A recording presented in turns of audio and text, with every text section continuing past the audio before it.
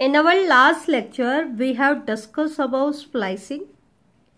और फिर हमने कहा था कि अगर ट्रांसक्रिप्शन से आपका HNRNA बना है और उसको हमें कन्वर्ट करना है mRNA के केस में, तो उनकी जो प्रोसेसिंग होती है मैच्योर RNA में आपको कन्वर्ट करना है, तो उस केस में पहला इवेंट आपका होगा स्प्लाइसिंग। स्प्लाइसिंग तो होगा ही होगा, ये तो सभी में होता है, लेकिन इनके केस में एक और इवेंट होगा और वो इवेंट क्या होगा बेटा? वो इवेंट होगा आपका कैपिंग एंड टेलिंग। तो ध्यान से समझना, इंपॉर्टेंट है। कैपिंग एंड टेलिंग मैं आपको बता रही हूं। mRNA के केस में ही कैपिंग एंड टेलिंग क्यों कर रहे हैं, ये हमने पहले भी डिस्कस किया था, क्योंकि mRNA एक ऐसा RNA है जो बायोलॉजिकल इंफॉर्मेशन रखता है प्रोटीन बनाने के लिए। तो हम नहीं चाहते कि कोई भी इंफॉर्मेशन चेंज हो, इसलिए हम इसको प्रोटेक्ट कर रहे हैं। तो इसके 5 प्राइम एंड पे कैपिंग करते हैं और 3 प्राइम एंड पे टेलिंग की जाती है।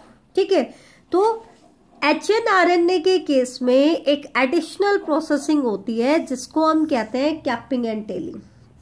तो इसको हम 2 पार्ट्स में डिवाइड कर देते हैं। एक बार हम बात करेंगे कैपिंग की, फिर हम डिस्कस करेंगे बेटा टेलिंग को। तो कैपिंग कहां लगती है? सबसे पहले तो HNRNA के 5 प्राइम एंड पे हम कैप लगाएंगे, लेकिन कैप लगाएंगे किसकी? कैप लगाएंगे मेथाइल गुआनोसाइन ट्राइफॉस्फेट की। ध्यान देना बेटा, इसको हम शॉर्ट में क्या रिप्रेजेंट करते हैं? GMGPPP। ठीक है, इसकी फुल फॉर्म क्या होती है? Methyl गुआनोसाइन triphosphate. 3 फॉस्फेट आपके हैं, ग्वानिन आपका नाइट्रोजनस बेस है। पहले हमने गुआनोसाइन बनाया है, इसका मतलब ग्वानिन को राइबोज शुगर के साथ हमने बाइंड कराया है, फिर इसके ऊपर मिथाइल ग्रुप ऐड किया है और ट्राइफॉस्फेट ग्रुप ऐड किया है। तो मिथाइल गुआनोसाइन ट्राइफॉस्फेट ये एक अनयूजुअल न्यूक्लियोटाइड है। अनयूजुअल न्यूक्लियोटाइड है बेटा, ध्यान देना। एक अनयूजुअल न्यूक्लियोटाइड को हम ऐड कराते हैं किसके ऊपर? 5 प्राइम एंड ऑफ HNRNA पे। और वो अनयूजुअल न्यूक्लियोटाइड क्या होता है? Methyl गुआनोसाइन triphosphate. टेलिंग कहाँ होती है? टेलिंग होती है HNRNA के 3 प्राइम एंड पे। और टेलिंग करते किसकी है बेटा? हम करते हैं एडिनाइलेट रेजिड्यूज को ऐड करते हैं। किसको ऐड करते हैं? एडिनाइलेट रेजिड्यूज को हम ऐड करते हैं। कितने एडिनाइलेट रेजिड्यूज ऐड करेंगे? 200 से 300। जबकि यहाँ पे एक ही मॉलिक्यूल था, लेकिन टेल रीजन में एडिनाइलेट रेजिड्यूज हम 200 से 300 ऐड करते हैं। ठीक है, वो भी किस मैनर में? टेम्पलेट इंडिपेंडेंट मैनर में। भाई ट्रांसक्रिप्शन तो टेम्पलेट डिपेंडेंट मैनर में बन रहा था, लेकिन ट्रांसक्रिप्शन खत्म होने के बाद उसके 3 प्राइम एंड पे टेम्पलेट इंडिपेंडेंट मैनर में हमने 200 से 300 एडिनाइलेट रेजिड्यूज को ऐड कर लिया। तो ये जो 200 से 300 एडिनाइलेट रेजिड्यूज होते हैं, इनको हम कहते हैं कि ये क्या कर रहे हैं? HNRNA की टेलिंग कर रहे हैं। तो ये बेटा प्रोसेस था कैपिंग एंड टेलिंग। ये एडिशनल प्रोसेस होता है HNRNA के केस में, या हम यूं कहते हैं कि हमें क्या करना है बेटा? mRNA बनाना है। अब मैं आपको फाइनल डायग्राम दिखा देती हूँ ताकि आपको अच्छे से समझ आ जाए कैपिंग कैसे होती है, टेलिंग कैसे होती है, तो वो चीज आपके माइंड में क्लियर हो जाए। स्प्लाइसिंग कैसे होती है, तो HNRNA के केस में मैं आपको बता रही हूँ, ध्यान से देखना। ये है आपका डायग्राम, ये आपका HNRNA है। HNRNA क्यों कह रहे हो? क्योंकि इसमें एक्सोन सीक्वेंस के साथ साथ आपको इंट्रोन सीक्वेंस भी देखने को मिल रही है, जो कि मैच्योर RNA में नहीं होनी चाहिए। तो जैसे ही टर्मिनेशन हुआ, कैपिंग एंड टेलिंग हो जाती है, 5 प्राइम एंड पे कैप लग जाती है मिथाइल गुआनोसाइन ट्राइफॉस्फेट की। 3 प्राइम एंड पे ये पॉली एडिनाइलेशन हो जाता है। ठीक है, फिर क्या होता है? स्प्लाइसिंग होता है। स्प्लाइसिंग होता है तो क्या होता है? एंट्रॉन्स जो है वो लूप की फॉर्म में रिलीज हो जाते हैं। ठीक है, एंट्रॉन लूप्स आर रिलीज्ड और इंट्रॉन लूप्स रिलीज होने के बाद एक्सोन को हम आपस में लाइगेज एंजाइम की हेल्प से बाइंड करा देते हैं। ठीक है, तो ये आपका बन गया बेटा mRNA, जिसके 5 प्राइम एंड पे मिथाइल ग्वानोसाइन ट्राइफॉस्फेट अटैच है और 3 प्राइम एंड के ऊपर पॉली एडेनाइल चेन है। ठीक है, तो इस तरीके से आपका क्या बन जाता है बेटा mRNA। तो अगर हमें hnRNA को mRNA में कन्वर्ट करना है तो हमें बेटा 2 प्रोसेस की हेल्प लेनी पड़ेगी, capping and telling and splicing. Capping होती है 5 प्राइम एंड पे, टेलिंग होती है 3 प्राइम एंड पे। स्प्लाइसिंग में रिमूव किया जाता है इंट्रॉन्स को और एक्सोन्स को आपस में बाइंड कराया जाता है। तो ये चीज क्लियर होगी आपको। अब हम आते हैं कुछ छोटे छोटे क्वेश्चंस हैं जो ट्रांसक्रिप्शन में दिए हुए हैं, उनको हम डिस्कस कर लेते हैं। तो सबसे पहला क्वेश्चन आता है, in eukaryotic transcription there are 2 additional complexities, what are these.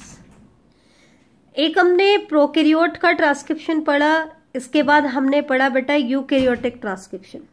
तो आपने क्या ऑब्जर्व किया कि यूकैरियोटिक ट्रांसक्रिप्शंस में 2 एडिशनल कॉम्प्लेक्सिटीज हैं, और वो 2 एडिशनल कॉम्प्लेक्सिटीज क्या है, ये बोर्ड एग्जाम्स में क्वेश्चन आया हुआ है, इंपॉर्टेंट क्वेश्चन है, ध्यान से देखना। पहली एडिशनल कॉम्प्लेक्सिटी क्या है कि देयर आर एटलीस्ट 3 RNA पॉलीमरेज इन न्यूक्लियस, कि इनके न्यूक्लियस में कम से कम 3 RNA पॉलीमरेज होते हैं, in addition to organellar RNA polymerase.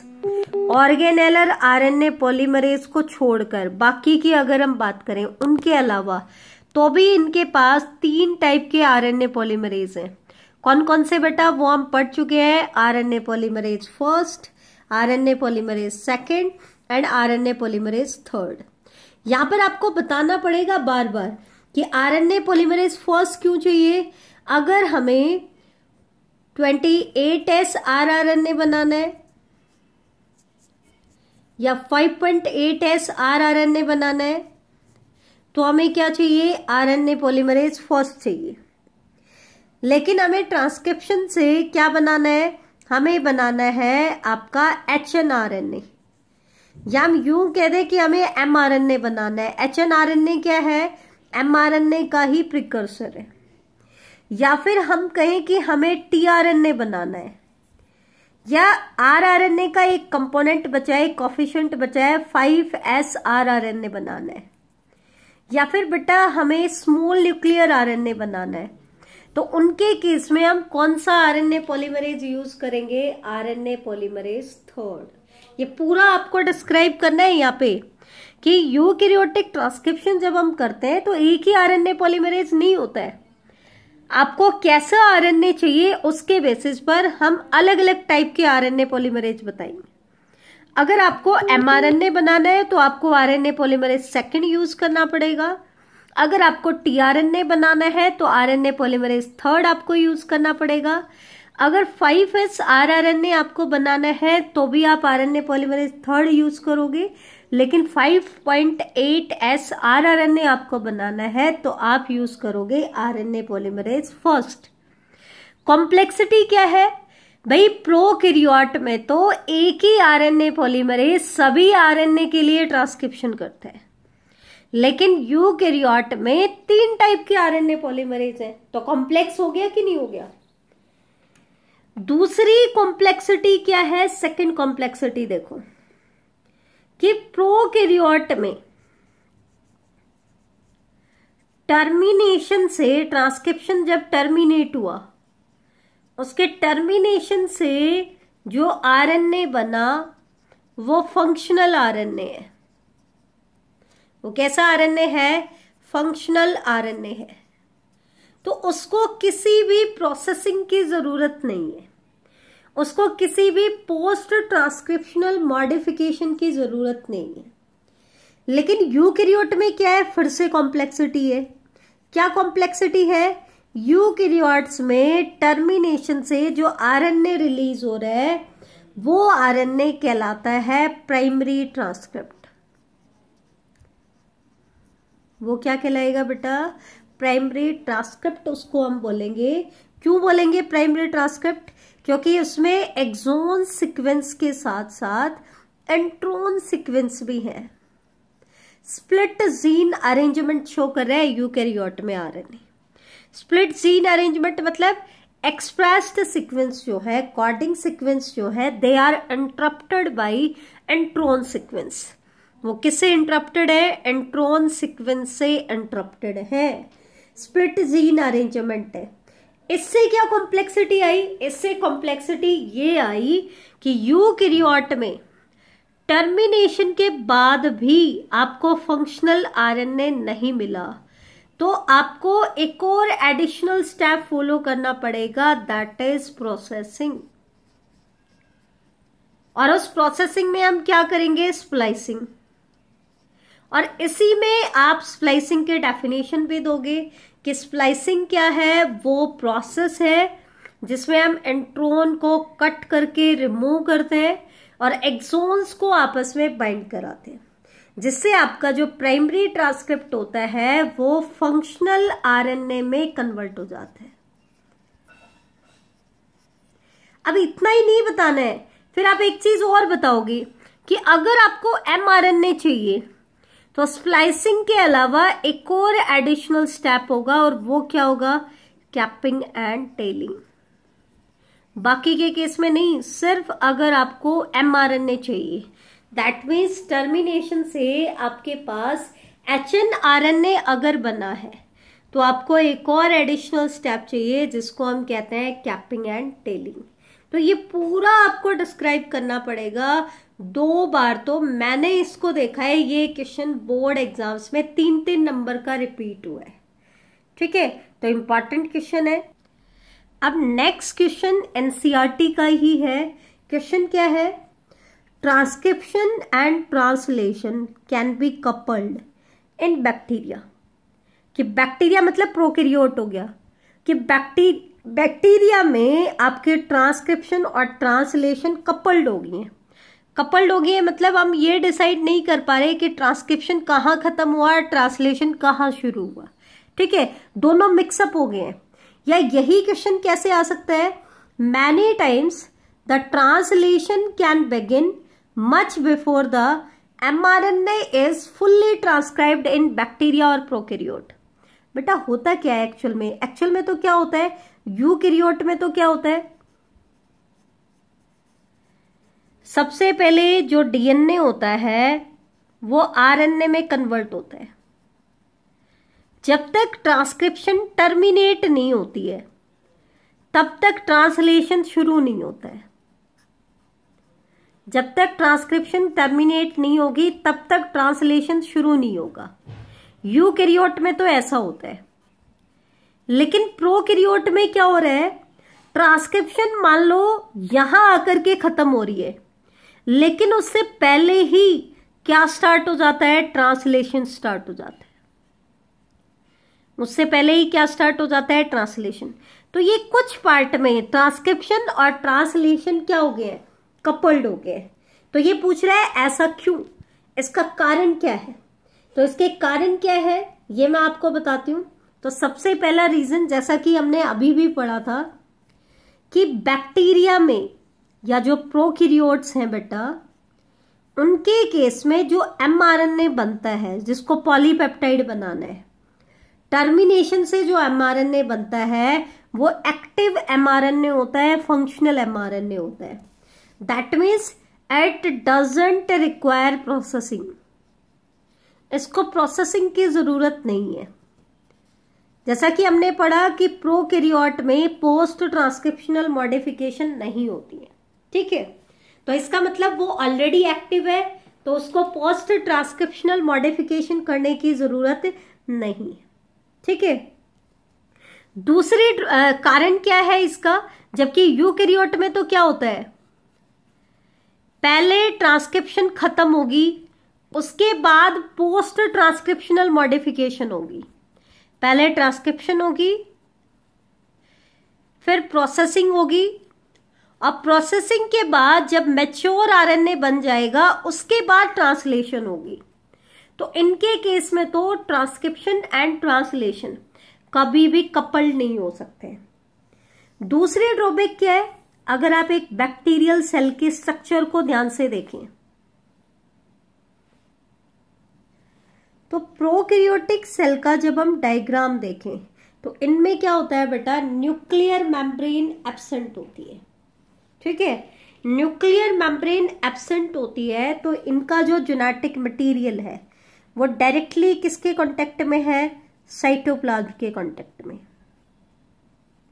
और यहाँ पे क्या है, आपके राइबोसोम्स हैं जिनको ट्रांसलेशन करना है, और यहाँ पे डीएनए में ट्रांसक्रिप्शन चल रहा है, यहाँ ट्रांसक्रिप्शन चल रहा है, यहाँ ट्रांसलेशन चलना है। ठीक है, अब क्योंकि यहाँ पे डीएनए डायरेक्टली साइटोप्लाज्म के कांटेक्ट में है, that means no compartmentalization there. यहाँ पे अलग अलग कंपार्टमेंट नहीं है, नो कंपार्टमेंटलाइजेशन, कोई कंपार्टमेंटलाइजेशन नहीं है। दैट मीन्स जिस कंपार्टमेंट में आपका ट्रांसक्रिप्शन हो रहा है सेम कंपार्टमेंट में आपका ट्रांसलेशन भी होगा। जिस कंपार्टमेंट में आपका ट्रांसक्रिप्शन हो रहा है, क्योंकि ट्रांसक्रिप्शन भी किसके कांटेक्ट में है, साइटोप्लाज्म में, और उसी में आपका क्या है, ट्रांसक्रिप्शन ट्रांसलेशन भी चलना है, तो दोनों सेम कंपार्टमेंट में होने हैं, कोई कंपार्टमेंटलाइजेशन नहीं है। जबकि यूकैरियोट में क्या होता है बेटा, ट्रांसक्रिप्शन होना है न्यूक्लियस के अंदर और ट्रांसलेशन होना है न्यूक्लियस से बाहर, तो दो अलग अलग कंपार्टमेंट है यहाँ पे। जबकि प्रोकैरियोट में या बैक्टीरिया में कोई भी कंपार्टमेंटलाइजेशन नहीं होता है। कारण क्या है, डायग्रामेटिकली मैं आपको दिखा देती हूँ, ध्यान से देखना, आपको अच्छे से समझ भी आ जाएगा बेटा। बहुत जरूरी है ये करना, ध्यान से देखे बेटा। प्रोकैरियोट में आप एलोंगेशन स्टेप को देखें, यहां पर ये आरएनए यहां से बन चुका है, आगे अभी और आरएनए बनना है, पूरा आरएनए नहीं बना है। लेकिन ये आरएनए जो पीछे का पार्ट बन गया है, इसकी पोलैरिटी क्या है, इस तरफ होगी 5 प्राइम एंड, और जो आगे का बनेगा वो होगा 3 प्राइम एंड। मतलब इस आरएनए का 5 प्राइम एंड बन चुका है और ये आरएनए फंक्शनल है, और इस आरएनए को अपने आसपास राइबोसोम भी मिल रहा है। तो दैट मीन्स इस एंड से इसमें ट्रांसलेशन शुरू हो सकता है। अभी ट्रांसक्रिप्शन खत्म नहीं हुआ है, लेकिन इस एंड से ट्रांसलेशन बिगिन हो जाता है। ठीक है, जबकि यूकैरियोट में क्या होता है, यूकैरियोट का ध्यान से देखें, यूकैरियोट में ये ट्रांसक्रिप्शन चल रहा है आपका न्यूक्लियस में। तो पहली बात, जब तक ट्रांसक्रिप्शन खत्म नहीं हो जाता तब तक आरएनए फ्री नहीं होगा, और जब तक आरएनए फ्री नहीं होगा वो न्यूक्लियस को छोड़कर बाहर नहीं जा सकता। दूसरा पॉइंट, इसका जो 5 प्राइम एंड बन गया है, बन तो गए 5 प्राइम एंड, लेकिन इस आरएनए में एक्सोन के साथ साथ एंट्रोन्स भी हैं। तो ये आरएनए आपका नॉन फंक्शनल है। नॉन फंक्शनल है मतलब ये ट्रांसलेशन नहीं कर सकता, कब तक, जब तक कि इसके एंट्रोन्स को रिमूव ना किया जाए। और इसके एंट्रोन्स रिमूव कब होंगे बेटा, जब आपका ट्रांसक्रिप्शन कंप्लीट होगा। ठीक है, देखो 5 प्राइम एंड पे कैप लग गई है क्योंकि इसको प्रोटेक्शन चाहिए, लेकिन एंट्रोन्स कब रिमूव होंगे, जब आपका आरएनए क्या हो जाएगा, फ्री हो जाएगा। उसके बाद ये स्प्लाइसिंग करता है, क्या करता है, स्प्लाइसिंग करता है। तो दैट मीन्स ये दोनों क्वेश्चन, दोनों पॉसिबिलिटी हमें ये आंसर देती है कि ट्रांसक्रिप्शन और ट्रांसलेशन बैक्टीरिया या प्रोकैरियोट्स में तो कपल्ड होती है, मतलब ट्रांसक्रिप्शन खत्म होने से पहले ही ट्रांसलेशन शुरू हो जाता है। लेकिन यूकैरियोट के केस में ऐसा बिल्कुल नहीं हो सकता। और क्यों नहीं हो सकता, इसके बेटा 2 रीजन मैंने आपको बताए हैं, दोनों ही रीजन इंपॉर्टेंट है। आई थिंक आप लोगों को क्लियर हो गए होंगे अच्छे से। एक और एनसीईआरटी का क्वेश्चन आता है, उसको भी डिस्कस कर लेते हैं। When and where does transcription occur? Transcription कहाँ होता है और कब होता है? जैसे हमने कहा था रेप्लिकेशन तो यूकैरियोट में एस फेज में होता है, तो वैसे ही अगर हम बात करें कि ट्रांसक्रिप्शन कब होगा और कहाँ होगा, तो ट्रांसक्रिप्शन की अगर हम बात करें कि वेयर, तो आपको पता होना चाहिए ट्रांसक्रिप्शन कहाँ होता है, न्यूक्लियस में होता है। क्यों होता है न्यूक्लियस में? क्योंकि आपका डीएनए कहाँ है, न्यूक्लियस में, और आरएनए बनाने के लिए डीएनए ही टेम्पलेट का काम करेगा। अब तुम कहोगे कि मैडम डीएनए बाहर आ जाता, बेटा डीएनए न्यूक्लियस से बाहर नहीं आ सकता है, क्योंकि अगर डीएनए न्यूक्लियस से बाहर आ जाता तो उसको ट्रांसक्रिप्शन करने की जरूरत ही नहीं पड़ती। ठीक है, डीएनए बाहर क्यों नहीं आ सकता? क्योंकि वो म्यूटेट कर जाएगा, अल्ट्रावायलेट रेज की वजह से वो म्यूटेशन कर जाएगा। तो वेयर का आंसर तो हमें मिल गया कि कहाँ होता है ट्रांसक्रिप्शन, न्यूक्लियस में होता है। अब आता है व्हेन, कब? तो बेटा ट्रांसक्रिप्शन होता है during the G1 and G2 phase of the cell cycle. S phase में आपका रेप्लिकेशन होता है और G1 और G2 फेज में आपका ट्रांसक्रिप्शन होता है। तो ये चीज आप ध्यान रखें भाई, आपका ट्रांसक्रिप्शन कौन से फेज में होगा, G1 and G2 phase of cell cycle. ठीक है, यहाँ पे आपकी ट्रांसक्रिप्शन की एनसीईआरटी कंप्लीट हो जाती है, जो कि आपको बोर्ड एग्जाम्स के लिए स्टडी करनी है।